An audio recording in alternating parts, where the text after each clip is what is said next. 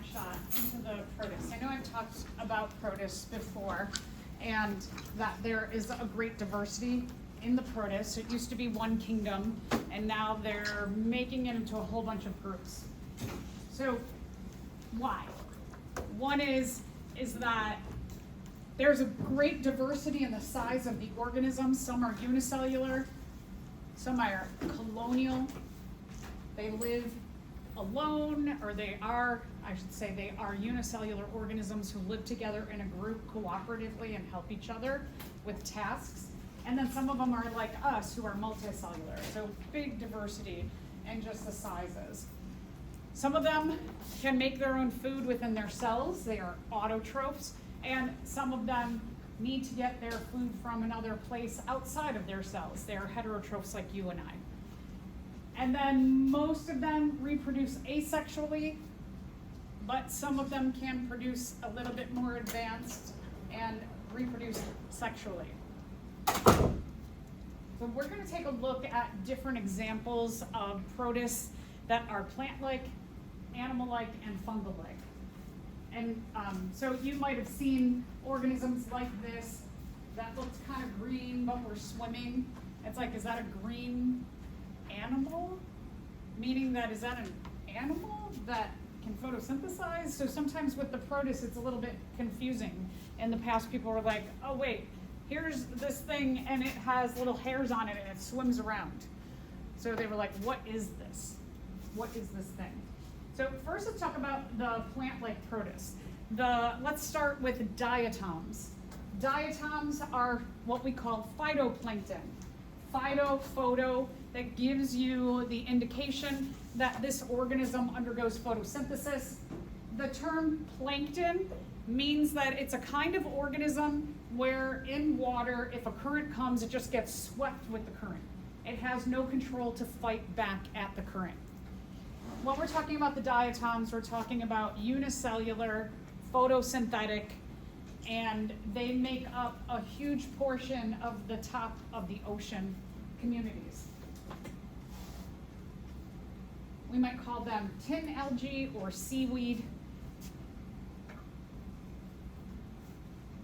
And they look like this. They have silica outer shells, so kind of glass-like outer shells. And they come in a diversity of shapes and sizes. Now, if you always thought when people talked about the oceans warming and climate change affecting the oceans, you're like, well, I don't really have a connection to the ocean. The ocean's pretty far from me. We actually do have an enormous connection to the ocean. One of the things that's so important to know about diatoms is that they make up about 70% of the photosynthetic activity on the Earth. That means that 70% of the oxygen that we are breathing comes from diatoms in the ocean. So when the oceans are being degraded by pH and they're becoming more acidic due to climate change, as well as becoming warmer, if these little microscopic unicellular photosynthetic autotrophs are affected, it could have serious chain effects, much like what happened to the dinosaurs and the crashing of that meteorite on the rest of the organisms on the planet. Other kinds of plant-like protists. So algae in general. There's a lot of different kinds of algae. When we're talking about algae in the oceans or in fresh water, these are the producers or autotrophs. They photosynthesize. They bring energy into the community. They can be like this. You can see in this picture, brown algae. Brown algae make kind of like forests, but in water and in the ocean. This is a picture from the West Coast out in California. There are these kelp forests, and these strands of kelp could be hundreds of meters tall in the ocean. This algae can be hiding places and homes for prey, as well as hiding places and homes for predators. They produce energy to the ecosystem. You're herbivore. Animals are feeding off of them. Omnivores are feeding off of them. Carnivores are feeding off of omnivores and herbivores. And you have this entire ecosystem that revolves around this kind of autotroph. This is red algae. Red algae is important for helping to build coral reefs. Red algae can absorb calcium.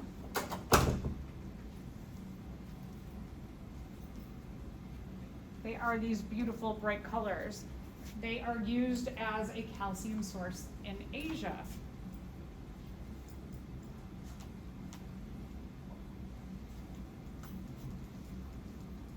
All right, do you think you used red algae today? Anybody get up and eat some red algae, put it in their smoothie, do something else with red algae? Well, I kind of hope so, because carrageenan, which is made from red algae, is in toothpaste, for example. It's also in a lot of other like gooey foods, like chocolate milk or whipped creams, ice cream. It's in a lot of body products, cosmetics. So we do see it, and you probably, I hope, used it this morning. This is green algae. This is what we find in freshwater areas like where we live. We have a bunch of green algae out in the nature study area in our pond. If you remember a little bit talking about algae having a common ancestor with land plants, this algae from freshwater is believed to where plants on land evolved with a common ancestor from. All right, kind of interesting things, uses of green algae is in biofuel. So here's what we would see as different biofuel farms using algae. Algae are really great to make fuel, like what you put in cars and other vehicles, because these kind of algae, you looked at them under the microscope. The algae, it's so nice, it's right here. Essentially this right here, this kind of algae.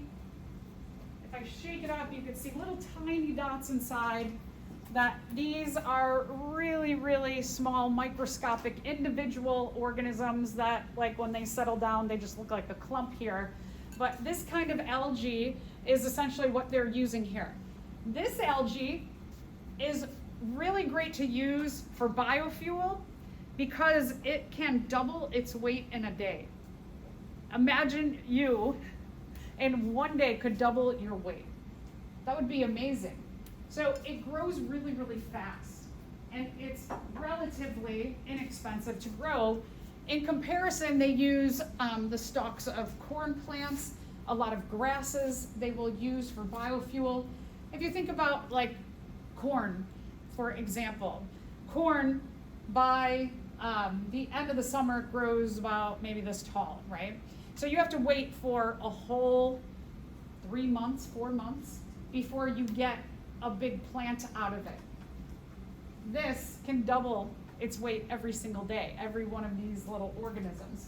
So they are able to grow much faster and produce much more biofuel. Here's the downfall of the system. So thinking about these algae farms, this one, for example, you can see in here that it's in a greenhouse. So you could have an algae farm in Illinois, but what you're going to have to do is you're going to have to heat that greenhouse to make it optimal for growing your algae. In addition to just kind of like running your facility, right, there's going to be lights and computers. You also need to process this through a chemical process to make it into fuel. So there's a lot of energy that goes into running one of these factories or plants. Now, just kind of like general thinking about the amount of energy or fuel that's produced from here and the input of energy that it takes to run or manage one of these plants. Let's say it's about this much energy to run that plant. And the amount of biofuel you get is about this much. And so it's not quite more than what it takes to run the plant. So you're working at a little bit of an energy deficit here. a lot of people say, well, the prophets don't really justify using this kind of energy. However, if we compare this kind of energy to fossil fuels are not indefinite, right? They do not go on forever. We only have so many past dead organisms. So we could run out of stores of biofuel. But this is renewable. This, we can regenerate every day. We could keep growing it and growing it and growing it. So here we have a fuel that we could kind of indefinitely keep using. So that's one of the arguments for using this, even though the yield is not quite there yet. But what if you figure out a way to make the energy yield more than the input of energy you needed to run it? That would be an enormous feat in our world. And so this is one of the things as we go through and you go through your classes, I like to introduce these ideas and get you thinking like, do I have ideas for this? Could I figure this out? Because if you could, one, you'd be famous, you'd be rich, but also you'd be creating a fuel that is regenerative and it has an input that is better, an output that's better than the input. So I challenge one of you, figure this out. There's other kinds of photosynthetic protists like dinoflagellates. These are photosynthetic and they swim. So here again, it's kind of confusion, right? When they were classifying a lot of these plant-like protists, they were like, wait, are these animals? Are they plants? What are they? They were very interesting. So one of the things about the dinoflagellates, there's two different groups of dinoflagellates. There's ones that are not beneficial to ecosystems, and then we'll talk about a second one that are. But this one, that when they have optimal conditions for their growth, they grow out of control. And they produce this red gooiness in the ocean. What they are also producing is they're producing a toxin. So they're photosynthetic, they produce toxins, they swim around. In areas like the Gulf of Mexico, where often you have like a yearly problem of these red tides, they're called, is that anybody who let's say you go on vacation. I've got a friend who went on vacation and here's the ocean, and they were like, well, the red tide was way, way down there, and they went in the ocean, and that toxin caused them to have a rash all over their body. Even though they weren't that close to it, still the toxin flows in the water. So she was like, well, after that, we didn't go in the water at all. So we took a vacation to the beach, but we didn't really get to go to the beach. And it looked really gross. Also, this toxin kills animals. And especially when you're thinking about people whose livelihood relies on shellfish like oysters and clams, shrimp, lobsters, crabs, that it will kill those animals. So someone who's that kind of farmer, it could really hurt their business. And also if you're coming down if you're coming down to go on vacation and you were like, okay, I want to go to the beach and I want to eat fresh seafood, well, you can't do that either. So these can have enormous economic impacts on an area. All right, so let's talk about a good dinoflagellate called zooxanthellae. Zooxanthellae, they have a symbiotic relationship with coral. This is a very similar symbiotic relationship to lichen, where the dinoflagellate lives underneath the skin of the coral. And that photosynthetic dinoflagellate, the zooxanthellae, is going to absorb energy from the sun, and it's going to give the majority of the coral's energy needs to the coral. In return, the coral is giving the zooxanthellae a nice safe home. It's giving it water. It's giving it carbon dioxide that then that algae can use for photosynthesis, and it can feed. So they have this nice little relationship. Like I said, very similar to the lichen relationship. Corals are very important cores of coral reef ecosystems. They build the coral reef ecosystem. So, climate change. If something happens and one of the things that they've seen over time is these little algae, when temperatures get hotter or more acidic around coral reefs, the algae kind of like just leave. They leave the corals. And then you have a chain effect that happens in that ecosystem, that once these algae, the zooxanthellae, leave the coral are like, uh-oh, now I have to get 90% of my energy needs all on my own. I have to make that up. And they usually start to die off. And then the coral die off, and then you'll see that the herbivores die off, and omnivores and carnivores, and then you start to see this coral reef ecosystem that was really biodiversity kind of dead.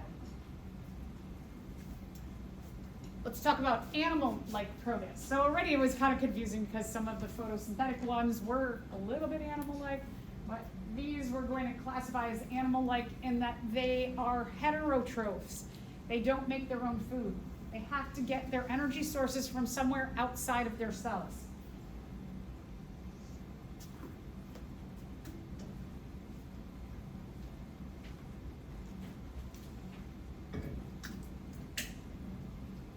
We'll look at a few examples like Plasmodium, Paramecium. You might have seen these if in, like, let's say high school, you were doing a little study on protists. You'd see them swimming around underneath the microscope, maybe even eating other organisms. They are also zooplankton. This is the kind of plankton in that upper layer with the phytoplankton that feed on the phytoplankton. And then we'll talk a little bit about amoebas as well. So amoebas are very interesting. They can be found on land and in water. They can be terrestrial, meaning on land, or they can be in water. They move in a really weird way. On the illustration here, you can see these things that are sticking out. Those are called pseudopods. Pseudo means false, pod means foot. It's like a fake foot that they do. And they're very fluid animals. So part of their body just goes like, and it starts to go outward. And as it goes outward, it holds on and it pulls the animal in that direction. So it kind of moves like. The other thing that the pseudopods can do is if there's an organism that the amoeba wants to eat, it could take its pseudopods and start going like this, and it could encapsulate that organism and then take it into its body and eat it. This organism was the inspiration for one of the first made horror films called The Blob, that the person who created the Blob had seen amoebas under the microscope and was like, ooh, what if those were, as big as humans, and they were our size? That would be pretty scary, right? If you're walking down the hall and something's coming at you, you're like, oh my gosh, and it's coming at you, trying to eat you. That'd be terrifying. They are also known parasites. So, like, if you go to a foreign country and they say, do not drink the water, only drink filtered or bottled water. And let's say you're brushing your teeth and you forget, and maybe like 5 hours later you start to have really bad digestive distress. That's probably an amoeba caused that. It's called amoebic dysentery. The other thing that these amoebas can do, and every so often we hear about this, somebody went swimming in a lake and 2 days later they were dead. Probably was a brain-eating amoeba that got into their head and then ate their brain and they died. Not super common. Okay, let's talk about Plasmodium. Plasmodium is a parasite that uses infectious spores that are transmitted on mosquito stingers.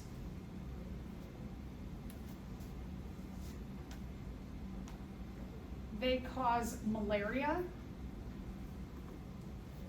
If you have some of these spores from the Plasmodium, and when a mosquito stings you and it slips those spores into your blood, what happens with those spores is they start to replicate very quickly, and then they start to basically dissolve your red blood cells. They pop them. And your red blood cells are super important for carrying oxygen around your body so that your body can use oxygen in an efficient way through cellular respiration to break down your food. So if you have less and less oxygen, it means your metabolism within your cells starts to go down and it starts to cause cells to die. Some of the earliest symptoms of having malaria is that a person will start to maybe get tingling in their fingers, their lips, their nose, their toes, and also a fever.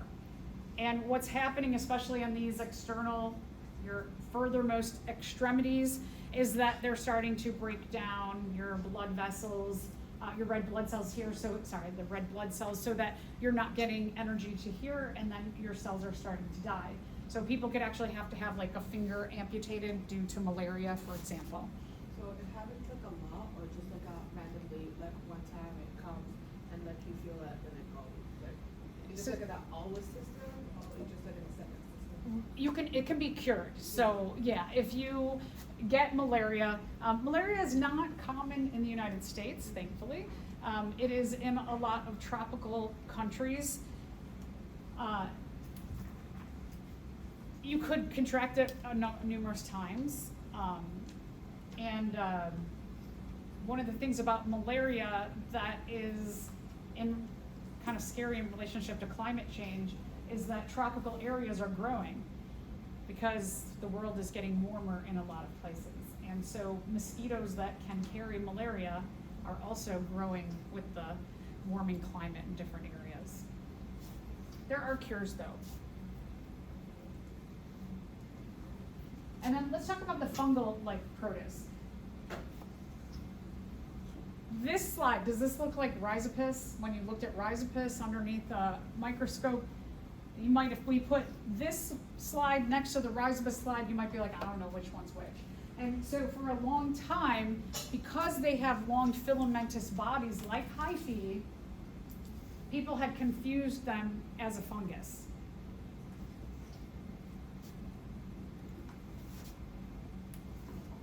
Now these, what they call water molds, which again is like another kind of confusing thing because they're not really a mold, they're a protist. These can cause destruction to crops like potatoes, avocados, grapes.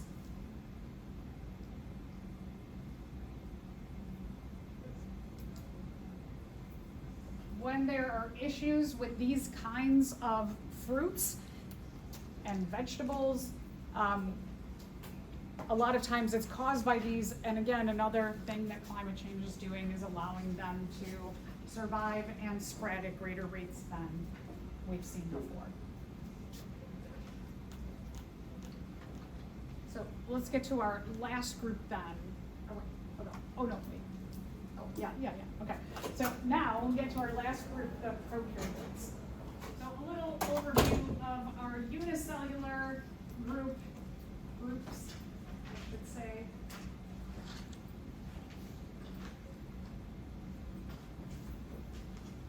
And the diversity in these two domains of our three domains. The domains archaea and bacteria include or are prokaryotic. So let's go back and define this again. The term prokaryotic means a cell that evolved before having a nucleus. So they have no nucleus, no membrane protection for their genetic material. They're very simple in structure. Now, evolutionarily, these have been around for billions of years. So is it awful to be simple? Probably, clearly not, right?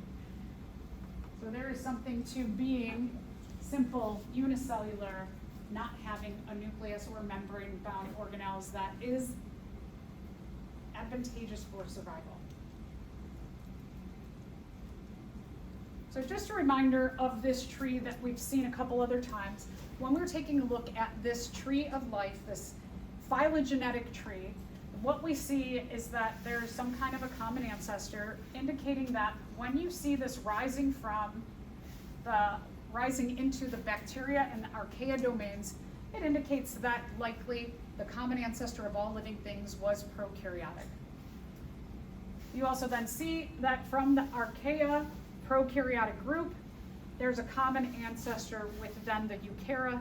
And the eukarya, when we're looking at this branch of our tree of life, eukarya have cells that have a nucleus.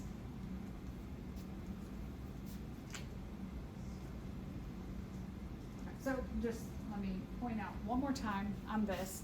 Remember that when you see a tree like this, that where you have a branch, it means that there is a common ancestor.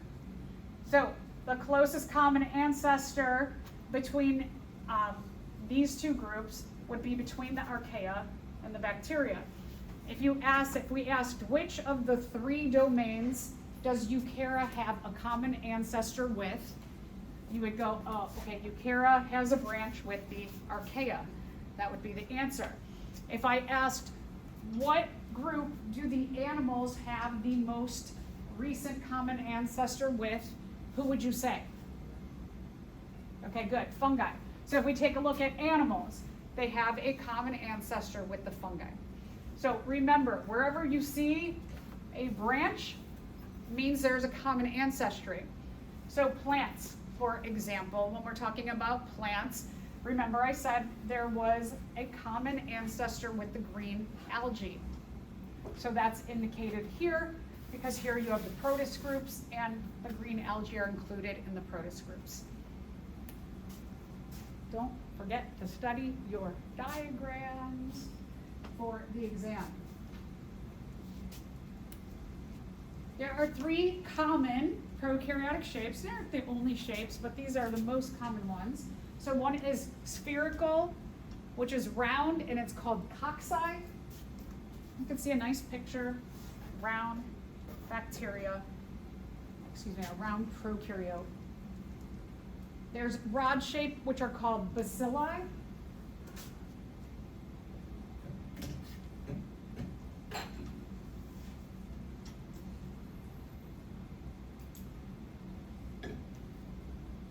And then our last common group are the spirilla.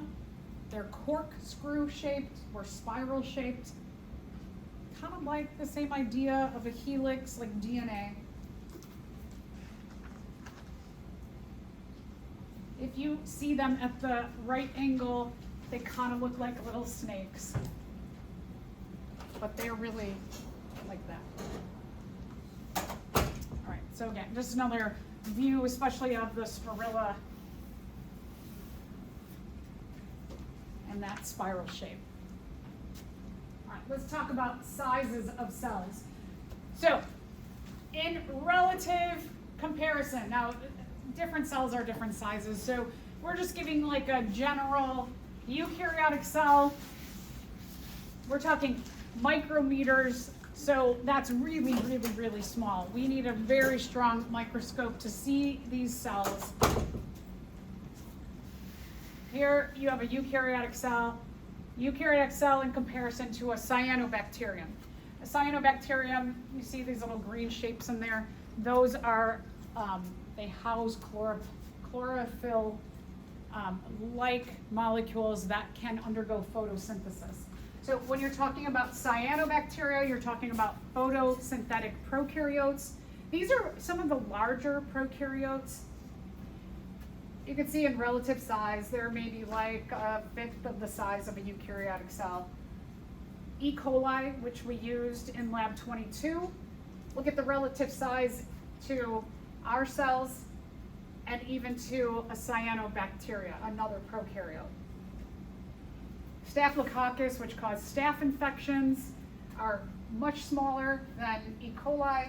And just to note, just a comparative size, if we're talking about a virus particle, a virus is not a living thing, but these are really, really tiny, tiny particles. So what do you think? In which of these situations would you find prokaryotes? Would you find them in your intestinal tract? Do you think you'd find them in the polar ice caps?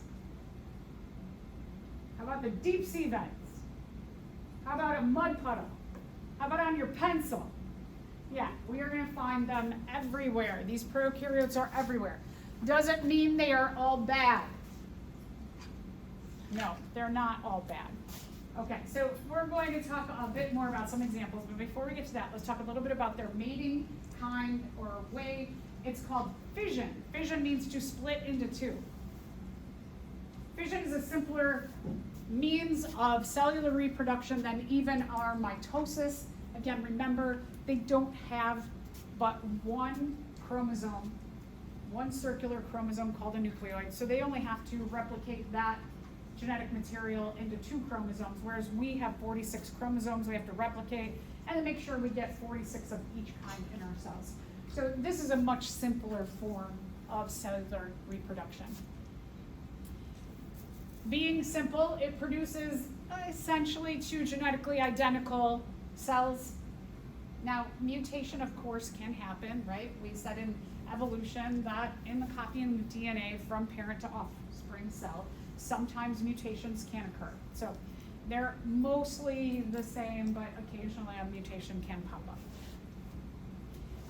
This means of cell reproduction does not favor mutation as much as like our sexual reproduction does. Prokaryotes can have quick evolution though, because some of them can divide every 20 minutes. That's really, really fast copying in the DNA. So even if you have just like one circular chromosome to copy in 20 minutes, it's still a lot of information. There's still going to be the potential for making mistakes. And so because they have this quick copying of themselves, they can also have quick evolution. So that if a mutation pops up in the copying and making of 2 new cells, and let's say that it is for resistance to an antibiotic, and now of these 2 cells, you've got 2 that are resistant to an antibiotic, and 20 minutes later they become 4, 8, 16, and then you start to get this exponential growth and passing of this mutation quickly through a population. Another way that they can share mutations is through horizontal gene transfer. This is where species who are not the same, so individuals in a population are the same species, they can share little pieces of DNA with other species, which we don't really see the sharing of genetics between other species. And because of their structure, they can do this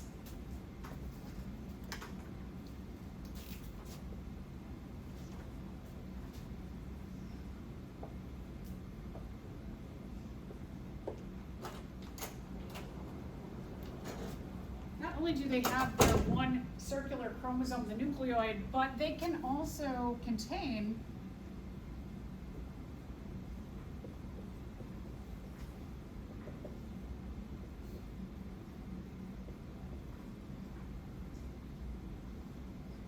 other pieces of DNA called plasmids. Now, just because the plasmids are tiny pieces or rings of DNA, it doesn't make them any less important than this main nucleoid. Now, they can't really give their nucleoid away, because if I gave all my DNA away, I wouldn't be able to keep functioning, right? But they can share these little plasmids from one organism to another, but also from one species to another. The way they do it is through what's called conjugation. And I have in quotes prokaryotic mating, because they're not really doing anything with sperm and egg. That's part of the definition of sexual reproduction, is that you have to have sperm and egg come together. And so there is the sharing of DNA, but not through sperm and egg. So this is a little bit different. They can do it in one of 2 ways. So here, one of the things I want to point out is the difference in these 2. This one's a little bit bigger, so you could be like, they might be in the same species, maybe that one's smaller, but this one has all these long hairy things on it. So that makes these two different species. And then they can make this bridge between them, and that bridge can be one of two things. That bridge can be a cytoplasmic bridge. They can extend their cytoplasm outside of their cell wall and shoot those plasmids between different species or different organisms. And some of them have, some of those hairy things are called pili. And when a pili is used to exchange or give plasmids to another organism, it's called a sexed pilus. So it's kind of like it's poking in, like a penis would be poking in, but not the same thing as a penis because there's no sperm, it's these little plasmids.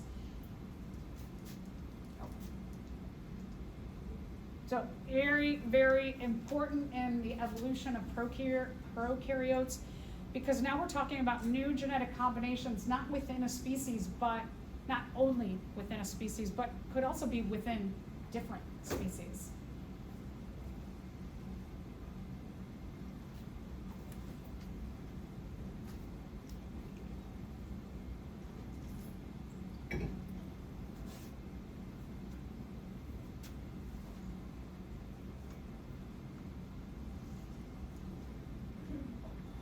Okay, so let's go back to lab 22 and a little bit that we talked about evolution early on. By what process are bacteria able to gain resistance to antibiotics? So which of these things did we just talk about? Okay, good, C. All right, so conjugation. This is an interesting sentence. So think about this. A pathogen can be a bacterium, meaning that bacteria can be pathogenic, and when we're talking about something that's pathogenic, it means it's disease-causing. But not all bacteria are pathogenic. A lot of times in our society, we often think like bacteria are bad, right? Like if you're like, I gotta use hand sanitizer and all that, because you don't want to transmit microorganisms, but not all bacteria are pathogenic. Only some are. The majority of bacteria are beneficial. They're so beneficial that we can't survive without them. We have a lot of symbiotic relationships with bacteria.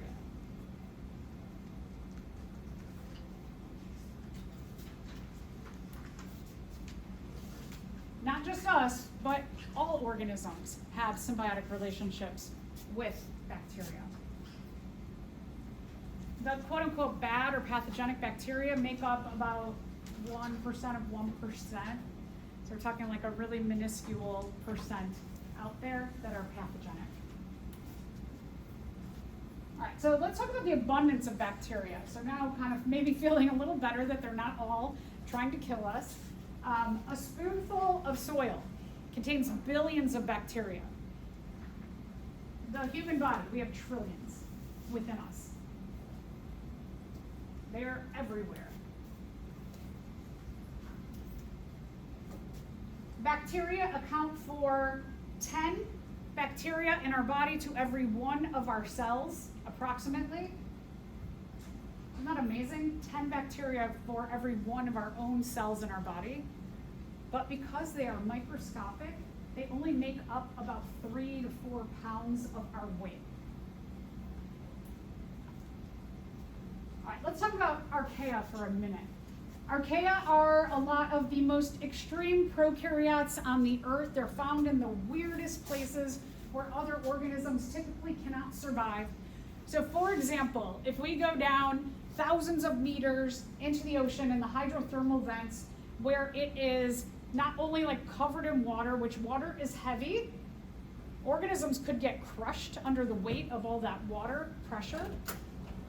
It's closer to the core of the earth, which makes this area deep down much warmer and even sometimes boiling.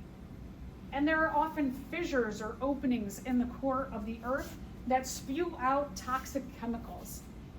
But there's whole ecosystems that rely on archaeans to live in these very, very harsh environments.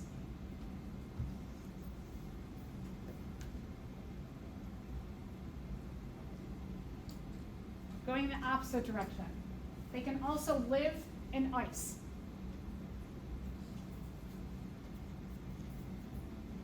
If we're talking about the Dead Sea, which has a very high salt concentration, you probably already know that salt dehydrates organisms, but they can survive in these high salt concentration areas. So just a little snapshot of the archaeans. Now let's go back to the bacteria. Some bacteria are pathogenic, and the definition of pathogen is it's a disease-causing organism, produces some kind of toxin that leads to a set of characteristic symptoms of a disease.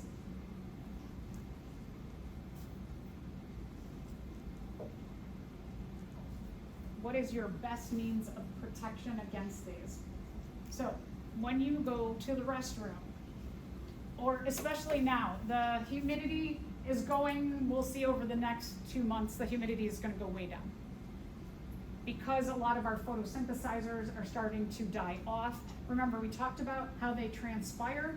They release little bits of water from the undersurface of the leaves. Well, a lot of those leaves are going to die in our area of the world. And so we're going to have less transpiration, which means our climate is going to change over the winter. And less transpiration means much drier air. You'll notice in ways that your skin will start to get drier. I've already noticed like my lips are getting drier. I need to use more lip balm, for example. So what happens is, as a result of having less humidity in the air, microorganisms like bacteria, some pathogens of those bacteria, and also virus particles more easily float. So if someone has, let's say, some kind of a strep infection in their throat, or some people can be carriers of strep infections without actually getting the disease, they have some kind of resistance, they sneeze and the particles go out into the world. Let's say that in the summertime, they might float in the air and then get weighted down by humidity and down to the ground, let's say 20 minutes. But in drier conditions like the fall and the winter and the early spring, they could float in the air for 4 to 8 hours.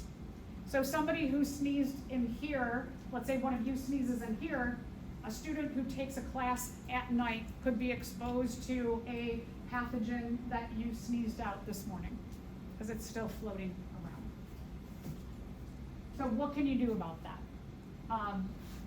One is when you sneeze, cover up. They say vampire, cough or sneeze. I like to do a double to really try and minimize anything getting out. For hand washing, I know this was like really big in COVID times that they said wash your hands for 20 seconds, but we all should be doing that all the time. That every time you wash your hands, you should do a good lather up for 20 seconds. And what that does is in that 20 seconds, it can wash off anything or kill any pathogens that are on your hands.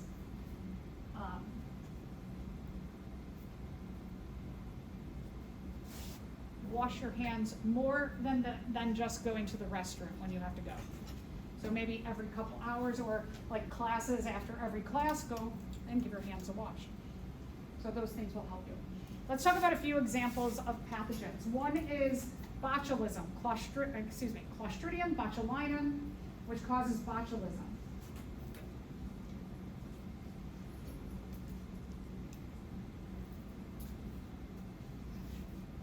This can be found in rusty things or dented cans, for example. So if you ever go to the grocery store and you notice a can is dented, you want to make sure that that can doesn't have any holes in it, or perhaps even if it's a dented can, you might want to not buy it or toss it. There was some brilliant scientists who were like, hey, wait, botulism is dangerous because this bacteria produces a toxin that causes paralysis to cells. So that if you eat something that was in a can that had the botulism bacteria, the Clostridium botulinum, it would start to paralyze your digestive system. And in doing so, you wouldn't get nutrients out to the rest of your body, and then you'd start to have all of your functions of your body start to shut down. So they said, hey, if this can cause cell paralyzation, what if We modify this a little bit.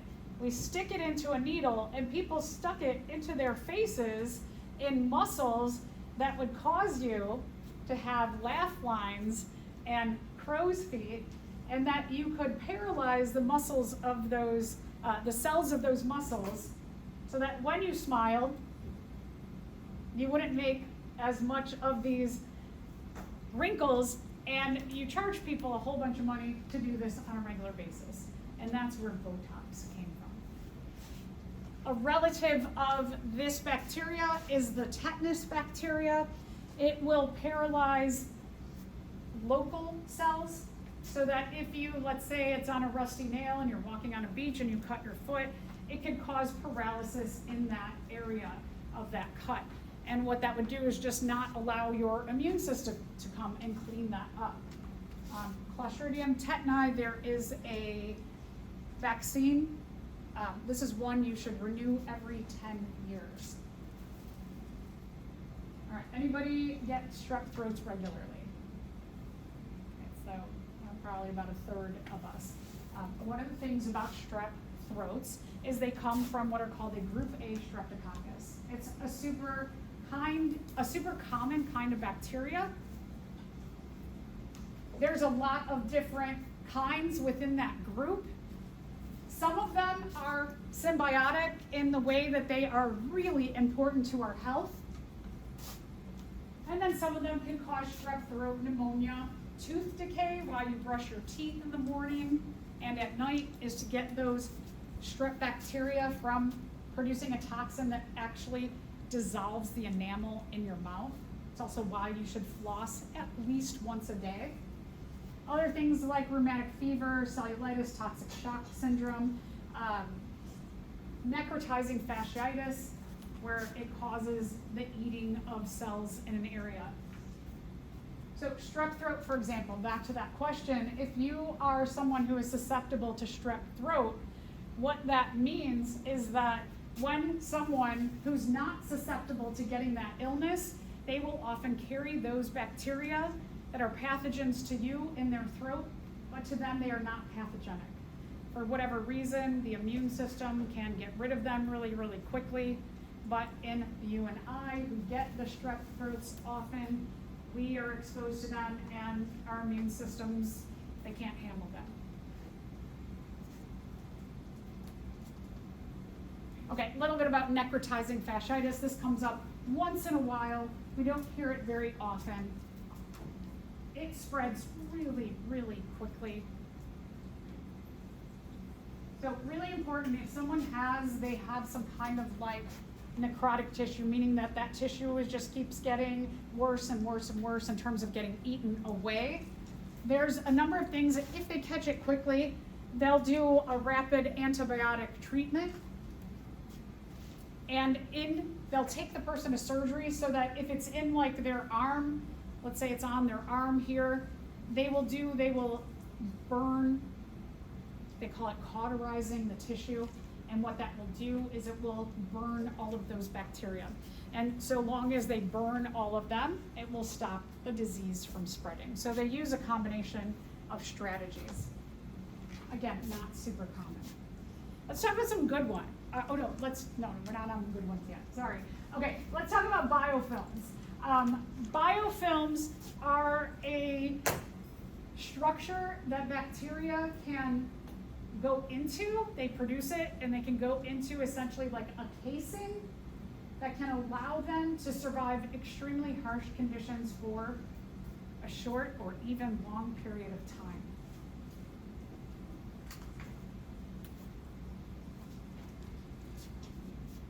With biofilms, the bacteria can protect themselves from antibiotics, medication, detergents, disinfectants, most kinds of sterilization. When a bacteria is in a biofilm, they have 500 to 5,000 times more efficiency from dying from an antibiotic than if they were not in their biofilm. So we're talking about major protection here. The other thing that's crazy about biofilms is that biofilms, they may not just contain one kind of bacteria, but they may contain different kinds of bacteria. A lot of research needs to be done here.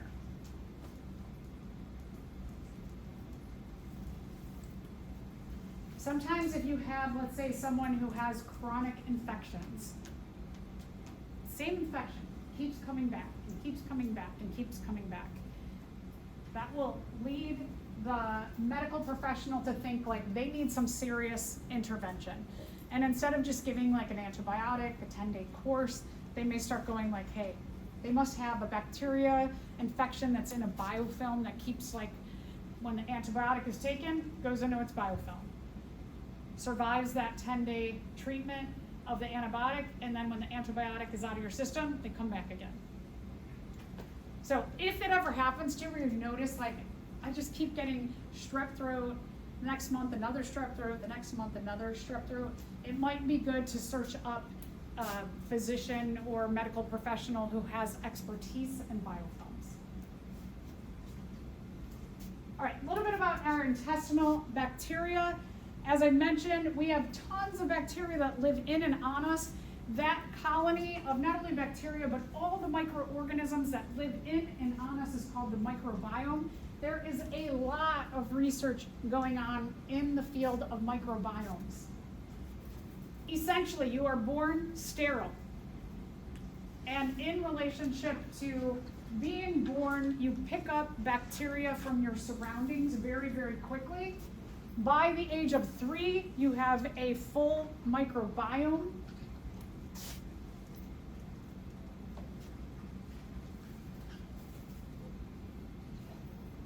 If, for example, you are born via vaginal delivery, you will pick up the whole microbiome of the vagina, which is actually, sounds maybe kind of like, what? It's super beneficial to you. If you were born cesarean and you were cut out, you do not get the exposure to that microbiome. There is research going on that links C-sections to having more I'm losing the word.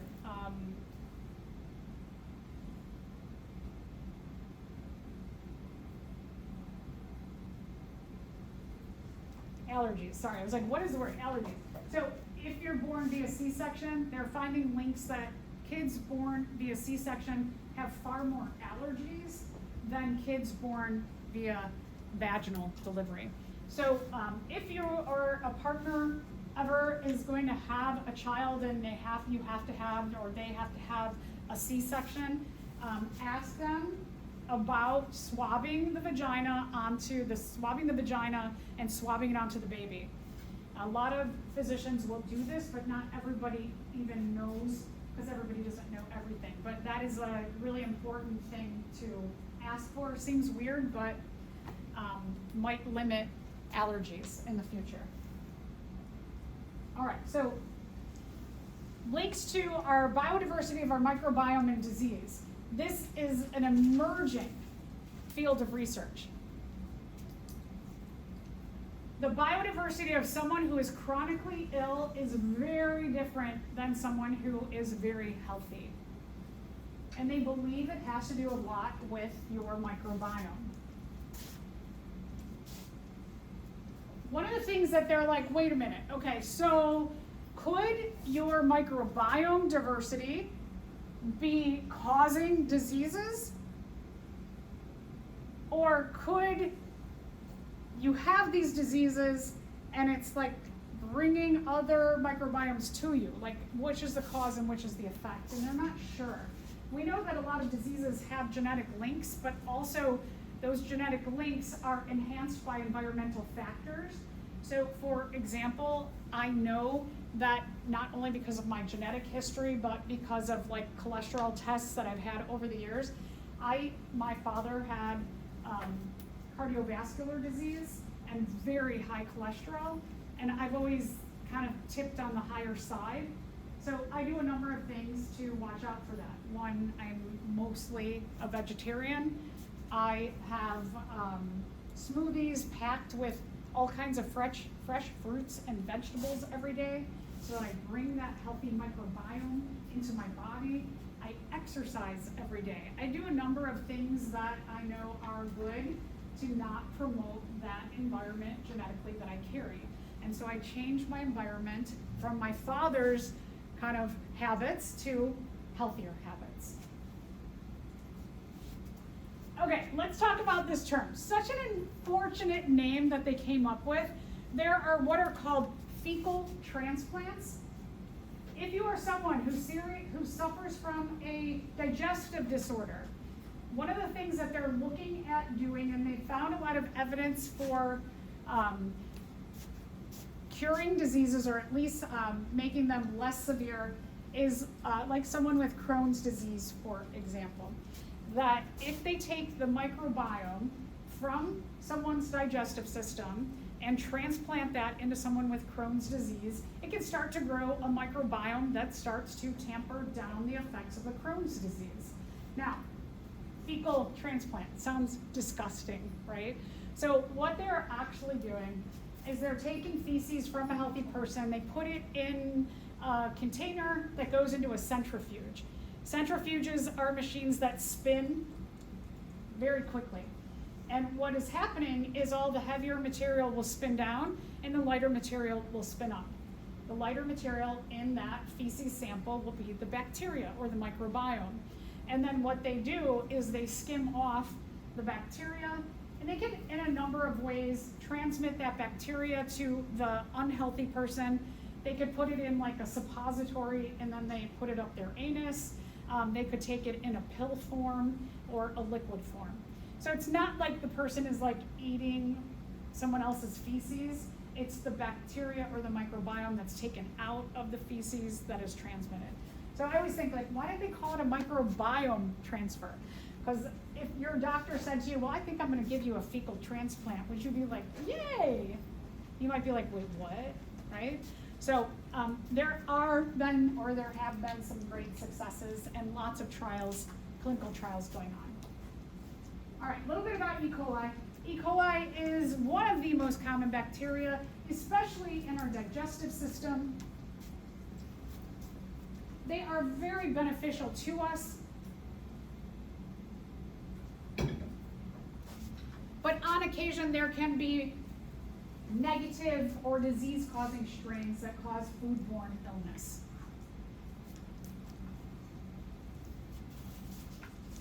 The ones that cause foodborne illness are genetically different. They carry different genes than the common bacteria to our digestive system that are helpful. So we hear about this probably at least like every couple of years. You'll hear about the contamination of food, and a lot of times it's caused by E. coli. Now, here's the connection. A lot of times it's beef, but it's not just beef anymore. Now we're hearing like lettuces will be contaminated as well. Yeah, so what is happening is that, so let's first talk about the beef. Cows also carry E. coli in their digestive systems, and then they can also carry these kind of disease-causing E. coli. So the way that our meat is processed is often in a factory setting. And so there'll be different rooms within a factory plant that kill your beef or your cows. And so in the first room, they might like slit their throats. And then the second room, they put a huge hook into the cow, hang it upside down, and let the blood drain out. And then the next room, somebody is going to start to cut off the skin or hide of the calf. And then it goes into the next room. In the next room, somebody is going to cut a certain cut of meat. And as they're going through room to room, what is happening is pieces are getting cut off the cow in each room, and different pieces getting cut.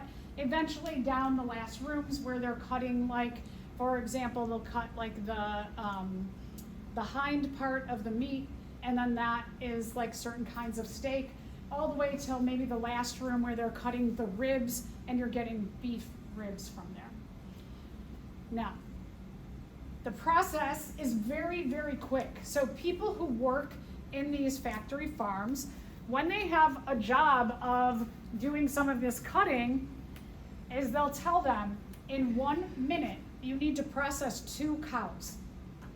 And so they're using whatever kind of knife they're using, and they have 1 minute, and then those cows are moving to the next room. A lot of times too, the people who are working these jobs, they're under great pressure to maintain this timing, and if they don't, they'll get fired. And in some cases, they might live in a rural area where this is like the best paying job in town. And so they're like, oh my gosh, if I don't work fast, I lose my job. And in working fast, they are doing their best to be efficient and cutting those cuts of meat which are surrounding the digestive system of the cow, which is really large. Sometimes they nick into the digestive system. And so if they nick into, cows have a large 4-chambered stomach, they nick into the stomach, they get 1 of these disease-causing E. coli, and they cut their meat off, and the meat drops into this thing that takes the meat away. They might get 1 of these disease-causing bacteria that start to multiply, binary fission, every 20 minutes, and then that disease can spread pretty quickly. And that's typically how we get these kind of diseases. Now, let's say that you get a piece of that meat and you like your meat medium rare. By not cooking it the entire way, you do not cook away the potential disease-causing bacteria. And what that can do is it causes digestive system issues, and in your digestive system, the bacteria are producing a toxin that are picked up in your digestive system by the circulatory system, just like it's picking up all the other nutrients from your food, and it starts spreading it throughout your body. The kidney is the filtration system of our blood, so it can cause a person, the toxin can cause kidney failure, which then causes your blood not to be filtered correctly, which causes death. Okay, so what about, so if you cook your meat thoroughly, like you cook it well done, you won't have to worry about it. But not everybody likes their meat well done. Okay, one more, oh, yeah. Sorry, but it could be like a genetic thing that's going from like a first cat or a woman. That E. coli. The E. coli are, yeah, they have, so this E. coli, that's the cattle, that's found in the cattle cause the disease, is has different genetics than the E. coli that live in us. Yeah. Be great, try and study their genetics and see what could be done. Yeah. One other thing to note is that where there are these cattle factory farms are often in rural areas, and so water that is around these factory farms, like they're going to use water to clean up all these bloody rooms, and runoff of that water, which can contain the E. coli, they usually try to filter it in a proper manner, but sometimes that can leak into the environment. And in these rural areas, there's often farms of plants as well. And so then these E. coli, the runoff from the cattle farms, can run into the spinach or the other kinds of lettuce farms, and then be transmitted through other kinds of food systems, not just meat. Okay, now we're going to talk about some good ones. Nitrogen-fixing bacteria. These are bacteria that capture nitrogen from the atmosphere.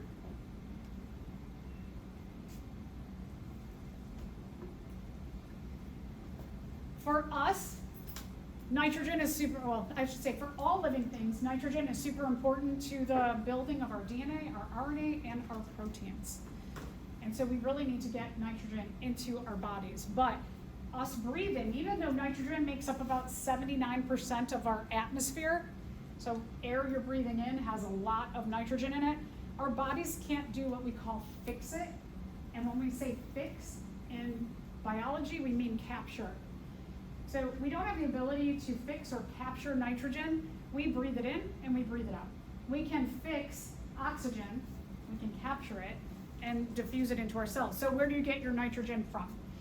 The nitrogen-fixing bacteria are in a symbiotic relationship with plants, and they will capture nitrogen and pass it through the soil into plants.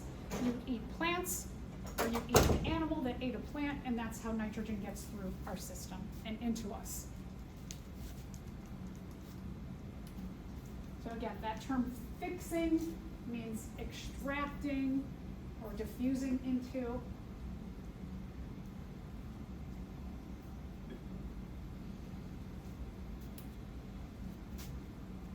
right, let's talk about another good group of bacteria. We talked about these with the fungi and some protists, that they are decomposers. So they can break down the waste of things and dead things, and they can take the energy for themselves, and then they take the nutrients, all of the atoms, and they make them available into the ground, and then plants grab up those nutrients, and we recycle all of our different atoms through our systems.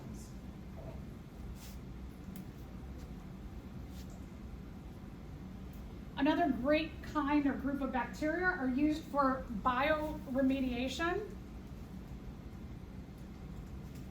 This is a really interesting field. If you're somebody who's like, I really want to help the environment, but you like chemistry, maybe you like a little bit of microbiology, this is an excellent field to go into. There are species of prokaryotes who can take toxic chemicals and they break them down into something that is non-toxic. And that's bioremediation, meaning bio-living things can remediate or fix situations. So they have used them in oil spills, toxic waste sites, pollution. It's, like I said, a huge research field that is changing toxic environments into healthier environments using prokaryotes. Let's answer this question. What is the difference between a beneficial bacteria and a pathogenic bacteria? A pathogenic bacteria, A, is capable of causing disease. That sound good? How about capable of living in an extreme environment like a hot hydrothermal vent? Does that have anything to do with pathogenic bacteria? No. Capable of living in a very salty environment? One that is infected by a virus. Did we say pathogenic bacteria or pathogenic because they're infected by a virus? No. Okay, good. So you all got A. Very nice. All right, last thing to end on, because this is becoming so common and it's such a bizarre thing that is happening, is we have what are called zoonotic diseases spreading around the globe. Zoo is in there. And what that indicates is these diseases are passed from one animal to another, or from one species to another species. There's 150 zoonotic diseases worldwide. This is growing in number. It causes about 2 million deaths every single year. All right, so what are some examples? So you'll notice, like, for example, the West Nile virus. It's a disease that is passed from mosquitoes to humans.